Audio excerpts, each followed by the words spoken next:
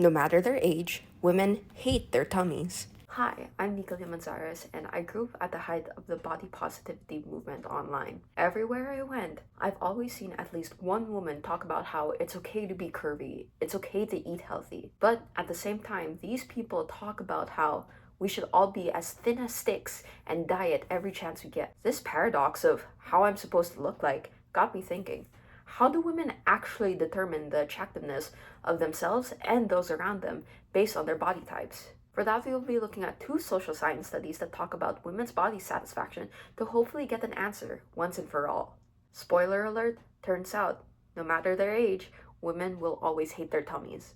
Let's start with a study by Skalaka and Bajeska, which looked at how women's age and sense of attractiveness relate to their overall life satisfaction. They surveyed 360 Polish women aged 18 to 89, divided into three groups: 18 to 25, which is the young group, 30 to 45, which are in the middle age group, and 60 plus, which means older women. The participants rated their overall attractiveness, the attractiveness of specific body parts, and their general life satisfaction. Let me break down what they found. Okay, I know this graph looks like a lot, but trust me.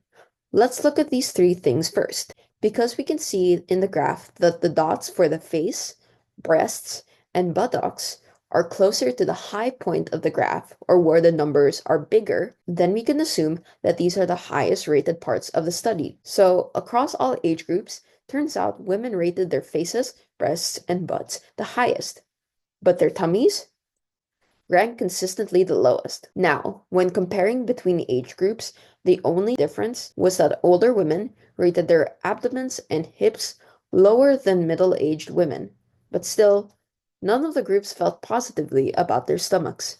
But what about life satisfaction? The researchers ran a regression analysis to see if age and attractiveness impacted life satisfaction. Quick side note, for those of you who don't know, regression analysis refers to a calculation to determine whether one element in a study affects another element in the study. Did they explain this in the article? No. Did I have to research this myself outside of the article? Yeah. Is this a problem? Yes. But let's get back on track. What did they find? Age didn't matter, but feelings of attractiveness did. So, women who saw themselves as less attractive also tended to feel less satisfied with their lives. The study then tells us two main things. One, that women with more pronounced stomachs feel less attractive than those who don't have these certain assets. And two, the dissatisfaction that comes with feeling like this extends beyond the mirror, wherein one's attractiveness actually affects one's happiness overall in life. But why do women find larger stomachs unattractive in the first place? Well, let's look at the study by Moreno, Dominguez, and colleagues and see how women were affected by exposure to either thin or plus size models in their everyday media. Moreno Dominguez and colleagues worked with 145 Spanish women aged 18 to 41. Participants rated how they felt about their body image, their anxiety levels, and how dissatisfied they were with their appearance through a visual analog scale. Basically, they had to plot out how they felt during the time from zero point 0 to 10.0. For example, they had a question that asked, do you feel ugly or pretty? 0.0 referred to completely ugly and 10.0 meant pretty. Then, the participants were split into four total conditions. They were either exposed to images of thin models or plus-size models, and they were either told to compare themselves to the models or were told nothing. Afterward, they rated their feelings again using the same visual analog scale. Turns out, whether or not these women were told to compare themselves to the models didn't actually do anything. But you know what did? The types of models they were exposed to in the study. After viewing thin models, women reported lower body image and higher dissatisfaction and anxiety.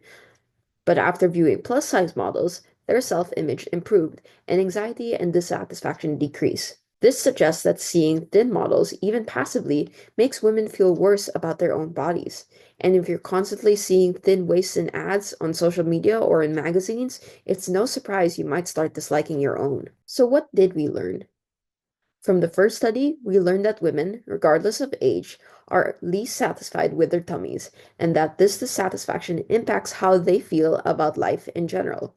From the second, we see that exposure to thin only beauty standards worsens how women feel about their bodies, likely reinforcing the negative views about curvier features like visible stomachs. As with any research, there are limitations.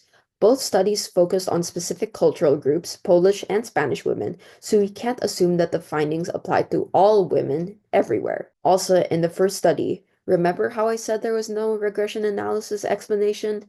See, that is bad because it makes it tough for non-experts like you and me to interpret the findings. That said, both studies had solid sample sizes and covered a wide age range, especially the first one, which is valuable since older women are often left out of body image conversations.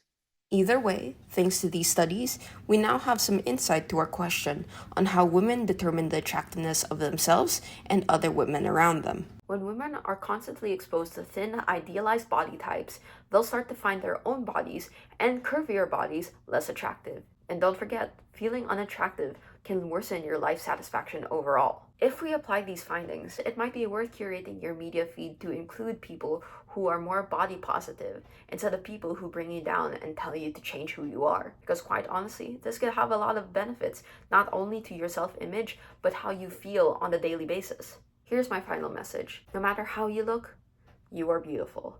That may sound cheesy, but you have to remember that you don't have to conform to anyone else's standards. You yourself deserve to be happy with who you are, because there was nothing wrong to begin with. Thank you for listening, and I hope you have a good day.